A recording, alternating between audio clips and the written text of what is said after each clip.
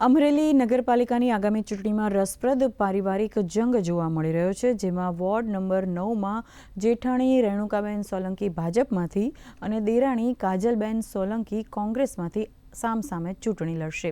આ જ રીતે વોર્ડ નંબર 11માં ભાભી સંગીતાબેન ચાવડા ભાજપમાંથી અને દિયર ભાવેશભાઈ ચાવડા આપમાંથી ઉમેદવારી કરી રહ્યા છે। બીજી તરફ જાફરાબાદમાં વઢેરા તાલુકા પંચાયતની બેઠક પર માત્ર ભાજપના ઉમેદવારે ફોર્મ ભરતા આ બેઠક બિનહરીફ થઈ છે। સાવરકુંડલામાં પણ અનોખો કિસ્સો સામે આવ્યો છે, જ્યાં પોપટભાઈ જમોડનું નામ ભાજપ, કોંગ્રેસ અને આપ ત્રણેયની યાદીમાં હોવા છતાં નારાજગીને કારણે તેમના પત્ની હવે કોંગ્રેસમાંથી ચૂંટણી લડશે।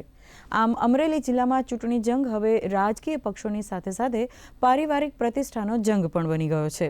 આ અનોખી ઘટનાઓએ સમગ્ર જિલ્લાના રાજકીય વર્તુળોમાં ભારે કુતૂહલ અને ચર્ચાઓ જગાવી છે। ભાજપમાંથી ટિકિટ મળેલી છે, અમને 5 વર્ષ પહેલા મળેલી હતી। 5 વર્ષ અમે લોકોના સારા કામ કરેલા છે, રોડના ને બધે પાણીના ને ગટર લાઈનના, એટલે અમને બીજી વાર પાર્ટીએ ટિકિટ આપી છે।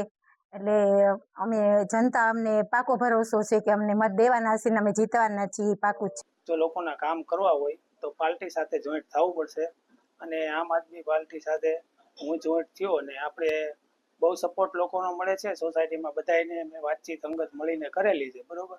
બધા લોકો મને ખૂબ જ સપોર્ટ કરે છે।